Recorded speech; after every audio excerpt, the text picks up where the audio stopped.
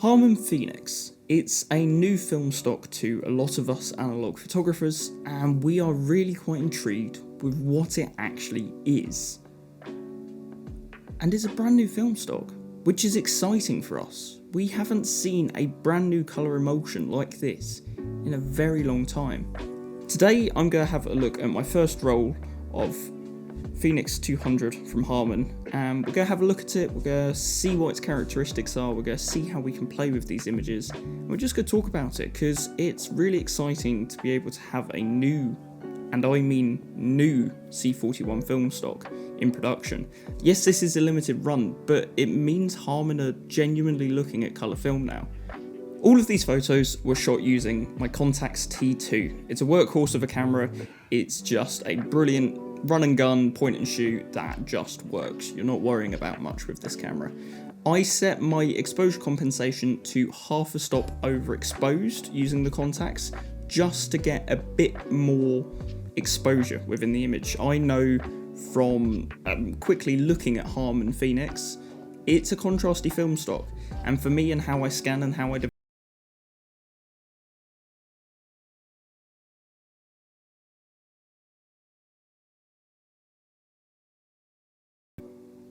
kind of details in the shadows and that sort of thing. So I overexposed by half a stop, which really isn't much, but it just created a bit of a nicer image for me. So all of these were shot on the Contax T2, half a stop overexposed. Other than that, everything else is just straight out of camera, how it came out.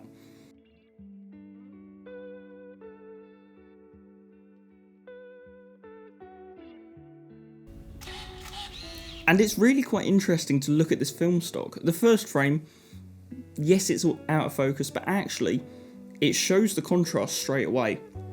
If you're comparing it to film stocks like Portra, Gold, Ultramax, anything in that sort of professional Kodak range, you're realising this is a different film stock altogether. It's grainy, it's punchy, and it is very saturated.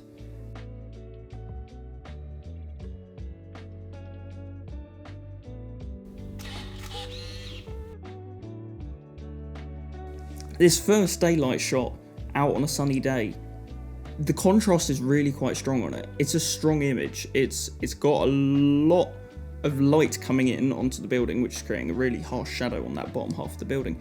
But you can see the latitude isn't there on this film stock. For me, shooting portrait, I know I've always got the latitude in my image.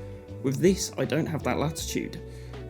I kind of had to flick mindsets to shoot more like I'm shooting a colour positive film, something like an E100 from Kodak. Just because of the latitude you don't have with this film stock, you have to get that exposure because you can't get much past it.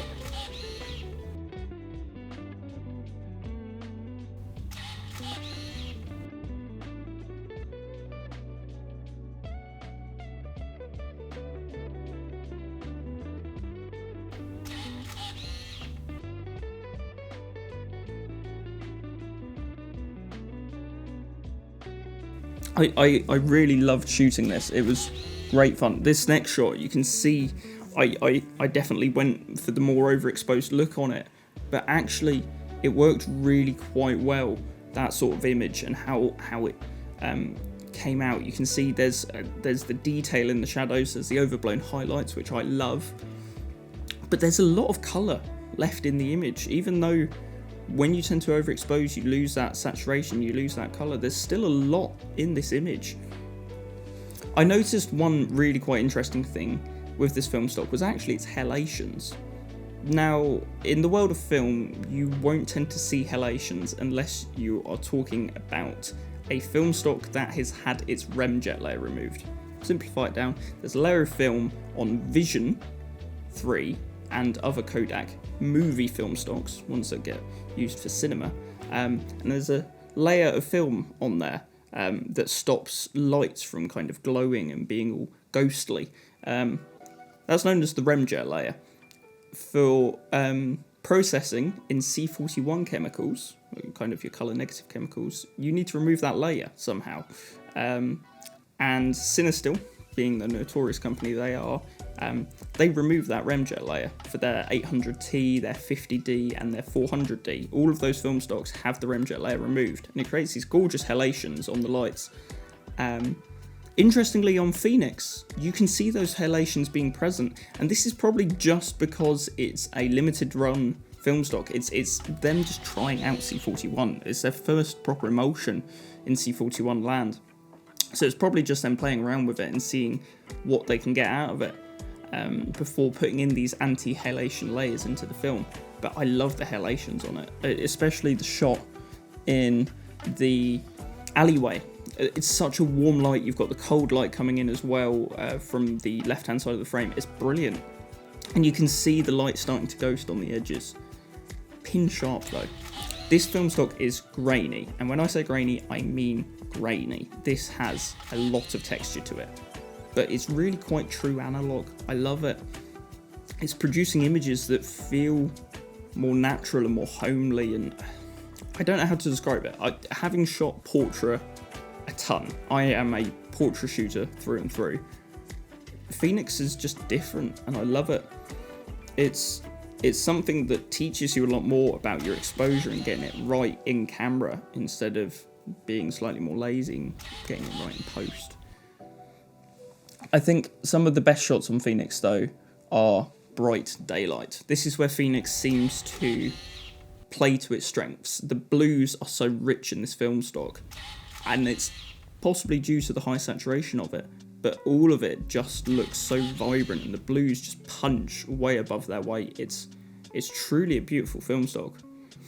I think one little thing to point out with these later beach photos is I've had to boost the shadows quite a bit. They were quite underexposed. This was a challenging lighting environment. This was backlit, difficult lighting, so very harsh light.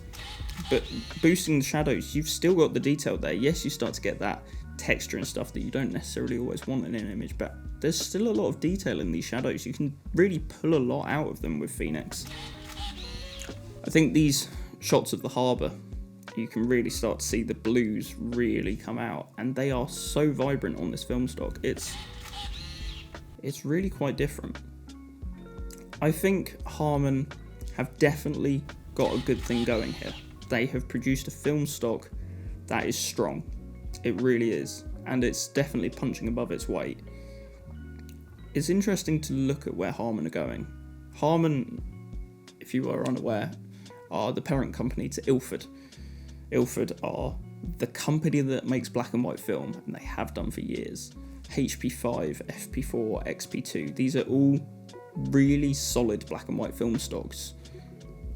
The fact that Harman are now playing around with colour is quite an interesting thing to see in the industry, and it's something really quite exciting for film photographers. Thank you for listening to me ramble about Phoenix 200. This first roll has been a real insight to see how the film reacts and how I can manipulate it and play with it. I'm really looking forward to shooting some more rolls of it, and if you want to follow that journey, please do follow me at shotbysenior on Instagram. I'll be posting more and more photos on there. So if you want to follow the Phoenix journey past this video, head over to Instagram. It would be greatly appreciated. As for this is the end of the video today. It's been a bit of a different one. We've sat down, we've looked through a roll of film. Thank you very much for watching. Consider leaving a comment what you think of this new film stock. I'm quite intrigued. Anyway, thank you. See you next time.